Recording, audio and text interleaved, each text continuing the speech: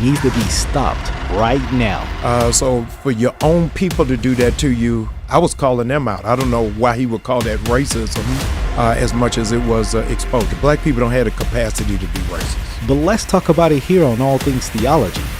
Cue my theme music. All things theology, all things theology. We chop it up properly without an apology. Gotta get that theology to God, hollow be, cause this is how we do it at All Things Theology. Yo, grace and peace. Welcome back to another episode of All Things Theology, where this is your host, K-Dub, and today we're going to talk about Jamal Bryant. Recently, someone sent me this video where he was on The Breakfast Club, and they were asking him about this Target fast. You know, he's been talking all about this Target fast, how us black people, we need to stand up against systemic racism and oppression by fasting against Target, the leading white supremacist groceries. I love it, man. What'd you say now, Chuck? All right, y'all. Let's get into it. We're gonna make some commentary as we go along. Let's check out this first clip. Before we get into the Target fast, I want to talk about Jesse Waters from Fox News. Right? Yes. Jesse Waters said you was racist. Yes. Because you criticized black people who went to the White House for the Black History Month program. Right. What do you say to that? That he clearly doesn't know what racism is because I wasn't talking about white people. Now, unfortunately, there's this myth out there, this falsehood that says, well, you can't be racist if you're black. Like, it's just nonsense.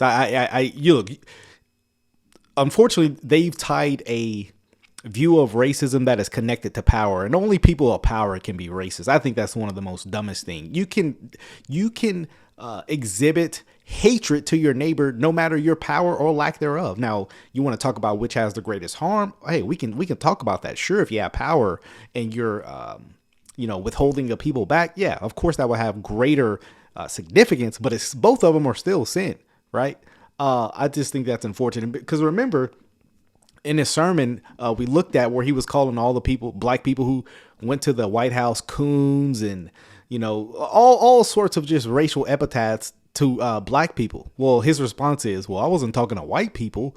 I was talking to black people. Therefore, I can't be racist. That's the dumbest thing I've ever heard. I was talking about black people who having an identity crisis, who were in there cheering. Now, notice what he says. By going to, because I want you to listen to what he says later.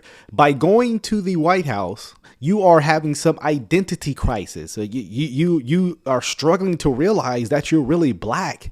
If you're going and you're Republican or conservative, you don't know who you are. That he's going to catch himself in a lie or a conundrum with his own words here in a second. But I think this is just stupid. I don't care if you're Democrat, Republican. I mean, if you're black, you're black. There's no way you have to act in order to be black. It's just silly because black people aren't a monolith, right? And so, yeah. For Black History Month under an administration that wants to make it illegal. No federal agency could honor Black History Month. So for them to have a program was absolutely crazy. And all the more. Jamal's arguing for a month and you have other people trying to get stuff done. Look, who cares if we have a month if we're leading the cause in abortions per year? I mean, that's not nothing to celebrate for the month. I mean, look, I don't care about celebrating someone's achievements for their skin color. I want to celebrate your achievements. But yeah, that's another conversation for another day. They raised up my picture, Charlemagne, after announcing who was the new FBI director. So for your own people to do that to you, I was calling them out. I don't know why he would call that racism as much as it was exposure. Black people don't have the capacity to be racist. And I deny that. How dare you? You want to see how racist a person is? Watch them start denying you can actually commit a certain sin. Right? You want to see some sin explode? Deny people are actually, it's possible to even commit it. You'll see way more sin of that, right? Imagine you say, wait, this people group can't commit adultery. Yeah, you'll see a uptick in adultery in that community. But Jamal Bryant seems to think there's some loyalty that black people need to have for another black person. Like, hey, we don't talk about black. And now he's not real consistent with it because he didn't offer the same, respect that he wants, right? Because he mentioned them. See, so you can't be consistent. It's only when you have a certain, i.e., leftist democratic standpoint where this only applies. Because if you're not a leftist or a democratic black person, you're an Uncle Tom, you're a coon, you're a sellout, you're a jigaboo, you all this stuff, right? It's just nonsense. It's the double standards of leftist politics. But watch this. Also said you reminded them that you ain't never scared. Yes. You reminded them you from the west side of Baltimore. Yes. And you told them if they got a problem, pull up on you. Has anybody reached out to you to have that conversation or whatever that pull up you thought was? No, they made videos. They don't have none of that in them. This is. No, I find this comedic because Jamal Bryant actually, look, there's no reason to play the tough guy here. Jamal Bryant, like 5'5", 160, like, look, that's okay. Look, I'm not the tallest guy in the world. I'm bigger than that, but I'm not the tallest, buffest guy in the world. Guess what? The last thing I'm doing, playing tough, like I'm asking people to pull up, like you trying to do something. Now, if that's just an invitation to have a conversation, Jamal, I will make my way to ATL, and I would like to have a conversation. But don't treat me like Stephen A. Smith when I get there. LeBron, Stephen A. Don't treat me like that. Because, hey, we have a conversation. Got to have a conversation on these things, right? But Jamal got ran out of Baltimore. So, look, and I don't think he actually responded wrongly. But don't play the tough guy if you're not the tough guy. That's all I'm saying. This was the fraternity of Carlton Banks. None of them got that kind of DNA in them. So they all went on and did social media posts. I don't even know if they knew what that meant. They needed a hood interpreter, a hood whisperer to tell them what it is that meant. But they are so lost that they have that access to the president and didn't champion any of the needs of their own community. So while they're there celebrating Black History Month, they should have said to him, hey, if we're going to celebrate it, we can't ban the books that record it. Right. He's talking about critical race theory, which I would argue that is not Black history. That is a certain ideological system that is being employed, right? And so it's not just denying Black history. And first of all, he don't know what happened behind those meetings, right? He don't know what was championed, lobbied for, conversed, right? But I don't lobby for Black people. I don't lobby for white people. I lobby for the truth, whoever that benefits. And I want all people to be beneficiaries from an American standpoint on that. I want American principles and values. But Jamal Bryant is like my people first and all other people last, right? I don't take that stand, especially as a Christian, right? If my people are those in Christ, right? First and foremost, right? If we're going to celebrate it, then we can't penalize the public schools that want to teach it or fire the instructors who are really ambassadors for it. For them to have that access and that opportunity and not, in the words of Bishop Jakes, maximize the moment was just a waste. You from Baltimore. How come you don't say church pew? Did you? Listen. You've been out of Baltimore for a minute. He got kicked out. Baltimore don't have that slang. They do. They be all saying it. Oh, yeah, no, I'm local and global. Okay. So I got out. All right, so let's get into this. We know why he got out. He got ran out. Let's be clear. He got ran out. You didn't just leave willingly. That man told you get out. Okay, yeah, what I do, right? All right, whatever. All right, let's get into the Target fast. Let's talk more about this. That's real. Let's talk about the 40-day fast of Target. Yes. And this is something that you're trying to put into play, and why? I'm not trying. You are putting it into play. No, why?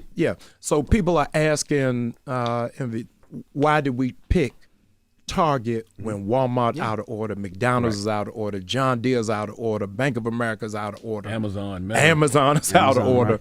Is we wanted to go, the African proverb says, if you want to eat an elephant, do one piece at a time. So we picked Target first for several reasons. Number one, Target is headquartered in the same city George Floyd was killed.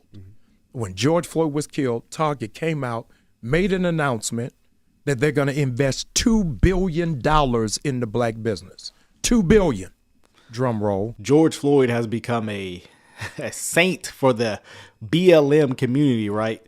And so his whole idea, right, for really lobbying what do you say, boycotting? Yeah, boycotting Target was because they made a promise to give them billions, and now they're reneging on that promise. And I say they should have never even made that promise. Just because some black person dies in your city don't mean you're obligated to give that community $2 billion. If anything, if you thought that was an unjust act, maybe you could say, hey, look, I'll give it to that family. And let me say this, anything you do give is a gift. So if you take it back, I really can't get mad, right? If you never gave it to me, for sure. I can't get mad because you didn't owe it to me, right? But Jamal, the unfortunate part is Jamal and other people think money is owed to people by virtue of being black, or their certain skin color, or their oppression points. I don't accept that premise. And it starts December of 2025. When Trump made the announcement January of 2025, they dishonored that commitment. Yep. So we wanted to hold them accountable. And let me just say this, a lot of companies went along the woke narratives and were doing all that transgender nonsense too, because guess what? Target was doing that mess too, right? And now that you have this kind of pendulum swim in politics, a lot of these companies, because I think they saw the I guess, what do you call it? The societal shift and change. They don't recognize people don't want that stuff. And so look, they're not bowing. A lot of these companies aren't bowing the knee. Some of them are, to leftist politics anymore. Now you can say that's because of Trump. You could say, hey, that's because he has a lot of backing. Hey, whatever the reason is, a lot of companies, that's why you see a lot of these people now not doing the whole transgender women's sports. A lot of people are saying, yeah, that's stupid. But just a year ago, so people were rallying behind of it. Okay, right. I mean, that's not to say you don't have this stuff still going on. That's what I'm saying. A lot of these companies, though, are just kind of just shutting it down, shutting the woke stuff down. Like, yeah, we don't want to be a part of it. We just want to get back to business, right? Because when they made the pledge, it had nothing to do with DEI.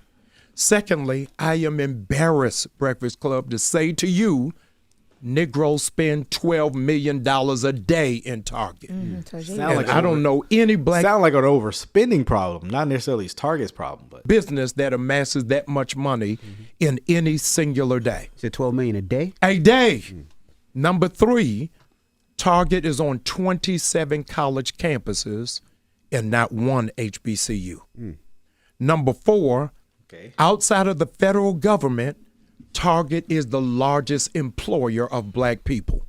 There are 400,000 black people on payroll and don't honor us. So if we're giving that kind of money, that much... Don't honor you? What do you mean don't honor you? Because they're not giving you $2 billion? There's a lot of black companies that don't do that. Black-owned companies that don't give black people $2 billion. So is that a dishonoring of black people now? You like I said, it kind of says it's like, we deserve this money. We deserve the honor.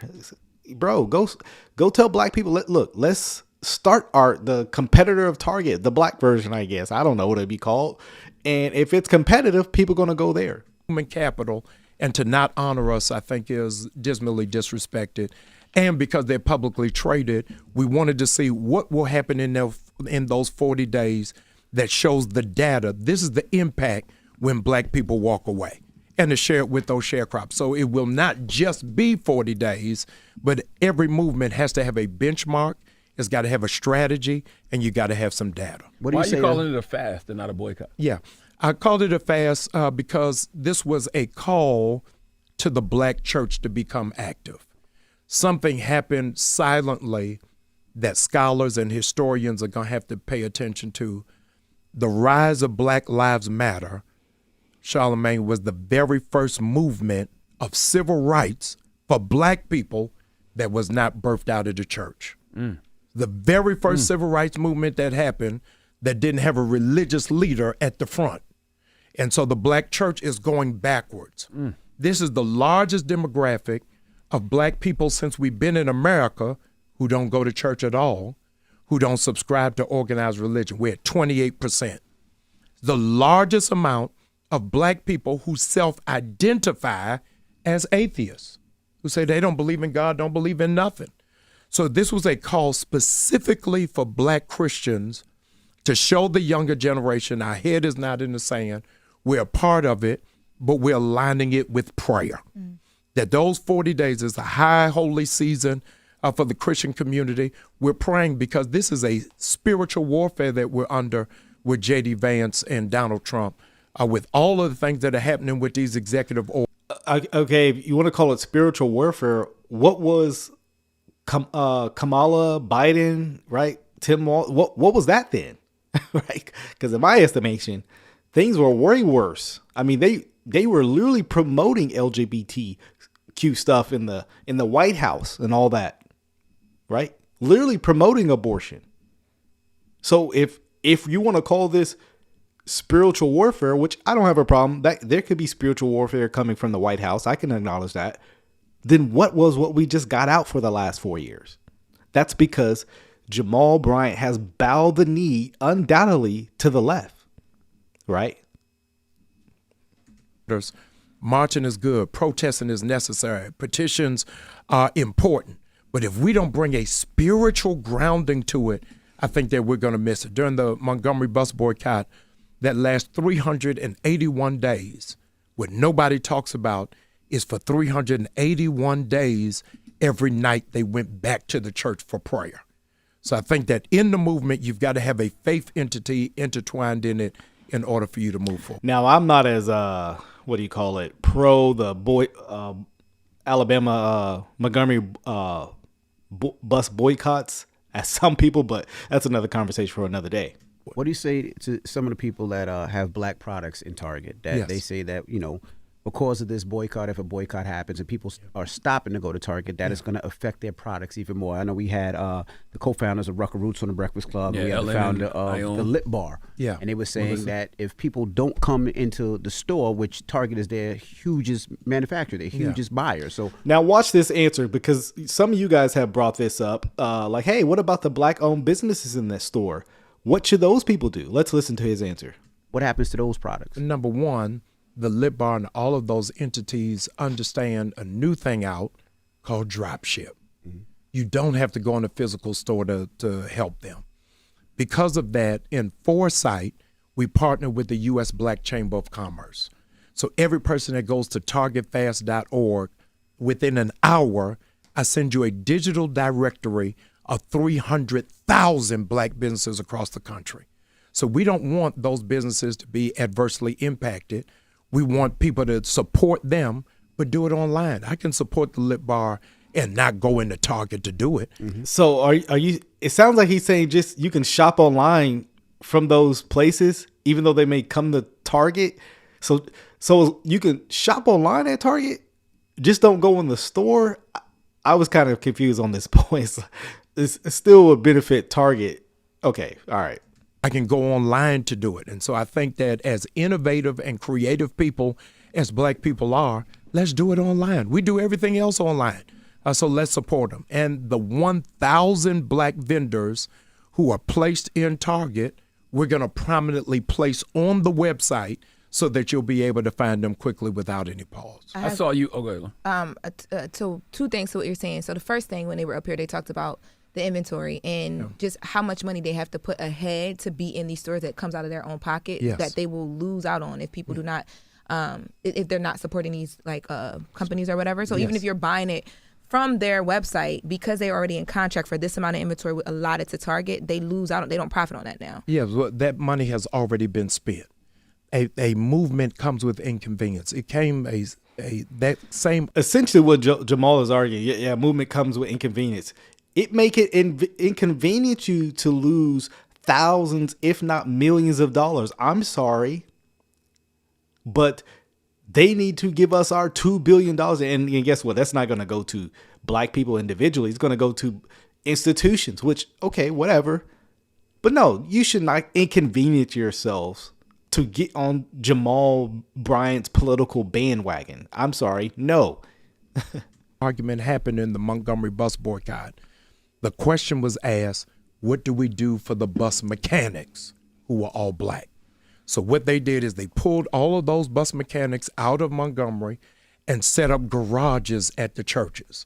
What nobody is talking about is 4 mechanic shops came out of it.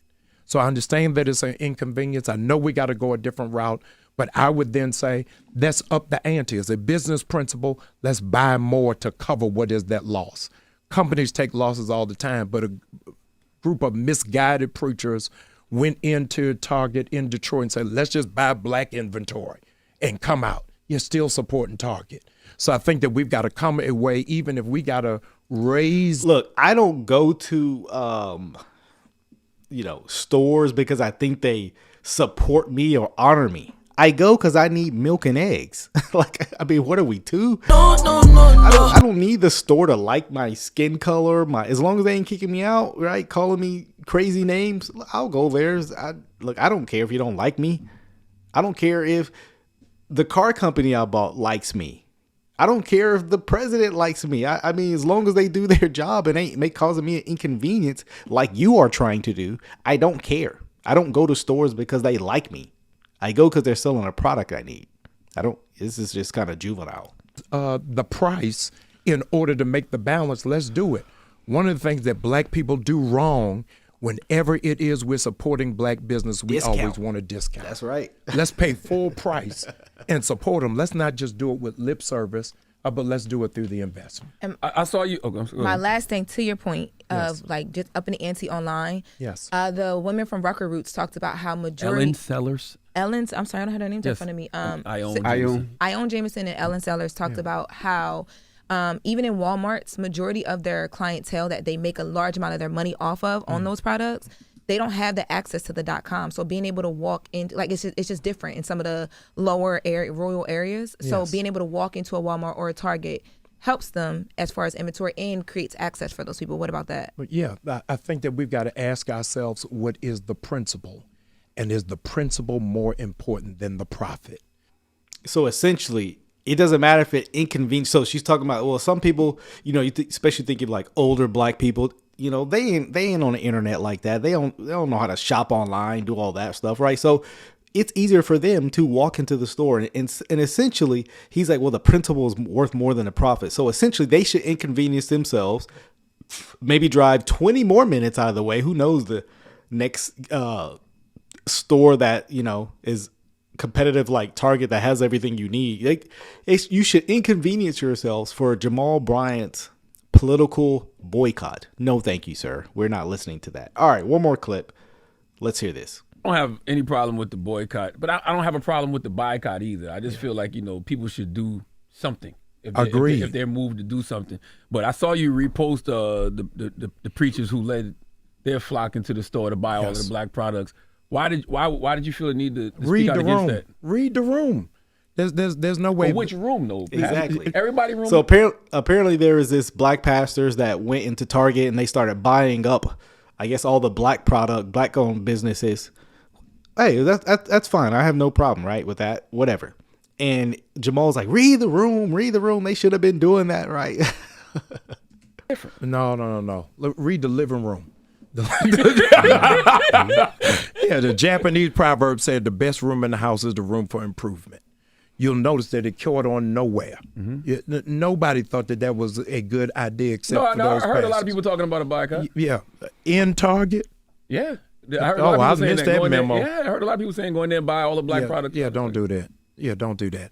I think that there's got to be a different way that we redirect. I think, to my sister's point, how do we support these businesses? To Envy's point, we don't have a major retailer, but we're the most creative people. Y'all done brought everybody in here. Master P got on from selling from the trunk of his car. So I think that we got to be innovative and put a think tank together. Say, Magic Johnson, you bought all these movie theaters. In the concession stand, can I now buy lipstick? Right. I don't know the answer to it, but I think that we've got. So notice he doesn't even know the answer, but he is telling those black people, pull out your product from there. If you go to the Target, don't go there. So why follow a man who doesn't have the answers? But he just has the problem, right? No, okay, you point out the problem. Allegedly, I don't even think the problem you're pointing to is an actual problem. That could be debated. Nevertheless, you don't have the answer, Sway.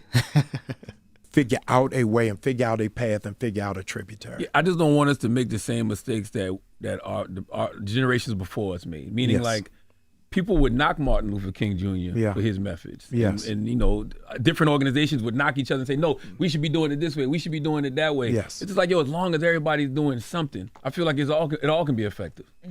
In a sense, I'm going to meet you on the 50-yard line. If you got beef with somebody, me and you are friends, and you find out who you got beef with, I'm at dinner with. You're like, oh man, I thought we was together. Oh, Charlamagne, don't worry about it. It was just cheesecake. We didn't even talk about you. You would look at me with a different kind of eye. Like, hey man, if we in it together, how are you carousing with the person who is against me?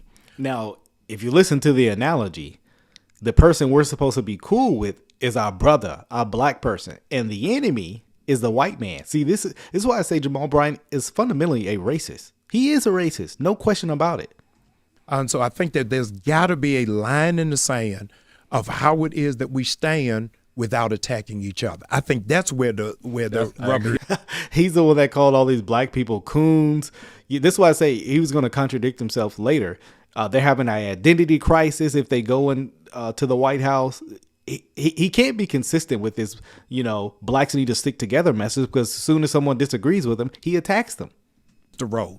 There can be many different paths. I spoke at a college last week in Michigan, and I asked them, who is the head of the LGBTQ movement? And all of these college students, nobody could answer it. And I said, do you all believe that LGBTQ has a movement? They said, yes. And I said, you don't know the head? I said, no. I said, that's the memo black people got to take. Have a movement without making one singular spokesperson. He probably supports them too, right?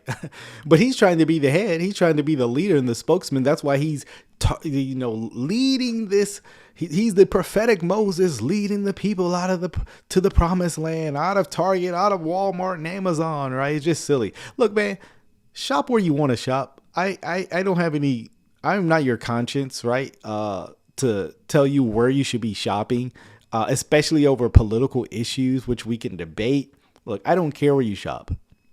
I want to know what you believe and if you're living consistently with that. And look, you shopping at Target ain't a violation of any of the Bible, because they don't want to support DEI. Because yes, they want qualified employees.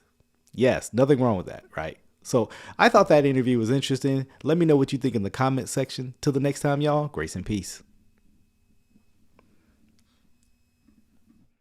Oh, grace and peace. Thank you for watching another episode of All Things Theology. If you enjoyed what you heard today, go on and give me a like. Subscribe to the channel. Hit that notification bell. I promise to give you weekly lives, videos, interactions, exposing false teachers, sharing with you, the viewer, my theological beliefs, things about the culture, and the Bible. So if you're here for that, come on and join us. Also, if you would like to support this channel financially, you can do so by becoming a Patreon member or a YouTube member. Links are in the description below. You can see content before it drops. You can also have Q&A sessions with also other Patreon members, YouTube members as well. So if you would like that, hit the description link in below. Every